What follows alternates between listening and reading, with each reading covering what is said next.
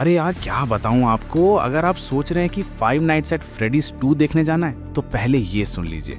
ये फिल्म इतनी बुरी है कि इसका पॉपकॉर्न बकेट फिल्म से ज्यादा एंटरटेनिंग है। हाँ भाई, आपने सही सुना।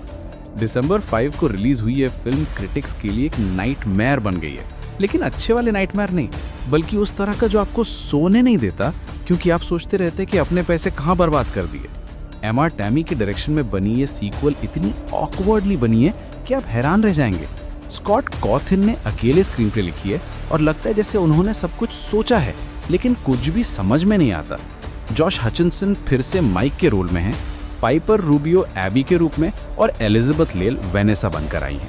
मैथ्यू लिलार्ड भी विलियम एफ्टन के रूप में वापस आए हैं, लेकिन यहाँ ट्विस्ट यह है कि उन्होंने स्कीट अल्ड्रिच को रिकास्ट किया है और फिर दोनों को एक भी सीन साथ नहीं दिया। अरे भाई, ये कैसी फिल्म मेकिंग है।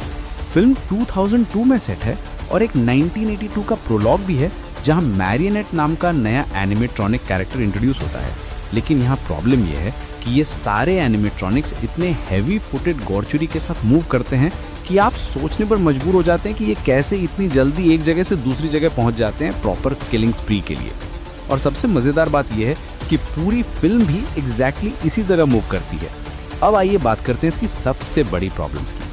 पहली बात तो ये कि ये कोई रियल मूवी नहीं है, बल्कि सिर्फ एक इंस्टॉलमेंट है। हाँ भाई, आपने सही सुना, इसका कोई प्रॉपर एंडिंग नहीं है, बस एक shrug of a quasi Cliff hanger के साथ खत्म हो जाती है।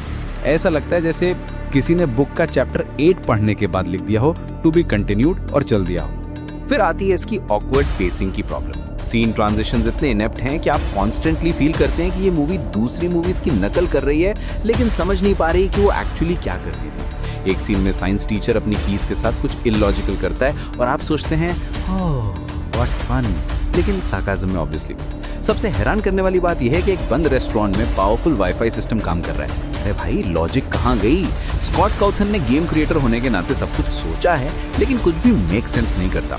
वो ह्यूमन एक्सपीरियंसेस के लिए राइट करने में सिंगुलरली अनक्वालिफाइड लगते हैं और सिर्फ मार्बल माउथ्ड अटेम्प्ट्स एट रेफरेंसेस बनाते रहते हैं। हॉरर के नाम पर यह फिल्म रिपीटेडली डिक्लाइन करती है क्लेवर सीक्वेंसेस की अपॉर्चुनिटीज को। एनिमेट्रॉनिक्स स्कैरी होने के बजाय हास्यास्पद लगते हैं। पहली फिल्म 2023 में मैसिव यूथ कल्चर हिट बनी थी, लेकिन ये सीक्वल अज्यूम करती है कि सब कुछ परफेक्टली चला था प्रेडेसेसर के साथ। लेकिन रियलिटी ये है कि ये सीक्वल कॉम्प्लेसेंसी और पुअर एग्जीक्यूशन का परफेक्ट एग्जाम्पल है। फिल्म 90s के क्लासिक्स जैसे जुरासिक पार्क और स्क्रीम से इन्फ्लुएंसेस लेने की कोशिश करती है, लेकिन उनके कोर अपील को कंप्लीटली मिसअंडरस्टैंड करती है।